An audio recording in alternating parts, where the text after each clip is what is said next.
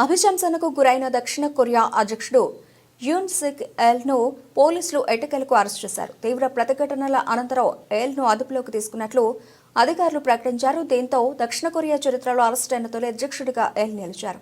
అంతకుముందు బుధవారం తెల్లవారుజామున సియోల్లోని అధ్యక్ష భవనం వద్ద నాటకీయ పరిణామాలు చోటు చేసుకున్నాయి. ఎల్ను అరెస్టు చేసేందుకు 3,000 మందికి పైగా పోలీసులతో యాంటీ కరప్షన్ ఇన్వెస్టిగేటర్లు ఆయన అధికార నివాసానికి చేరుకున్నారు. అయితే వారిని అధికార పార్టీకి చెందిన నాయకులు, ఎల్ మద్దతుదారులు, వ్యక్తిగత సిబ్బంది, సైన్యం, పోలీసులతో పాటు విచారణ అధికారులను అడ్డుకునేందుకు ప్రయత్నించారు. దీంతో అక్కడ ఉద్రిక్త పరిస్థితి ఏర్పడింది. అయితే తీవ్ర ప్రతిఘటనల నడుమ అధ్యక్ష భవనంలోకి ప్రవేశించిన అధికారులు ఎల్ను అరెస్టు చేశారు. ఓ ఎరుపు రంగు బస్సులో ఆయనను అక్కడి నుంచి తరలించారు. ఆయన్ని ఎక్కడికి తీసుకెళ్లారనే విషయాన్ని అధికారులు వెల్లడించలేదు.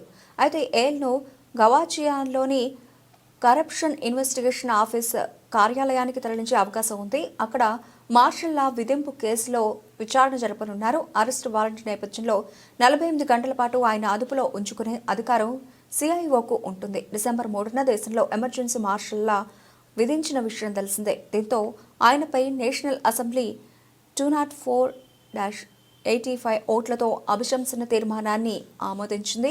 మార్షల్ లాను ప్రకటించిన కేసులో విచారణకు సహకరించకపోవడంతో ఆయనపై అరెస్టు వారెంట్ జారీ అయింది. ఈ నేపథ్యంలో ఆయనను అరెస్టు చేసేందుకు అధికారులు ఈ నెల 3న విఫలయత్నం చేశారు. తెల్లవారుజామున అధ్యక్ష భవనానికి చేరుకున్న అధికారులను సైన్యంతో పాటు ఆయన వ్యక్తిగత సిబ్బంది అడ్డుకున్నారు. సుమారు 6 గంటల పాటు అధ్యక్షుడి భద్రతా సిబ్బందితో పోలీసులు వాగ్వాదానికి దిగారు. చివరికి అరెస్టును వాయిదా వేసుకున్న పోలీసులు వెనక్కి మళ్లారు.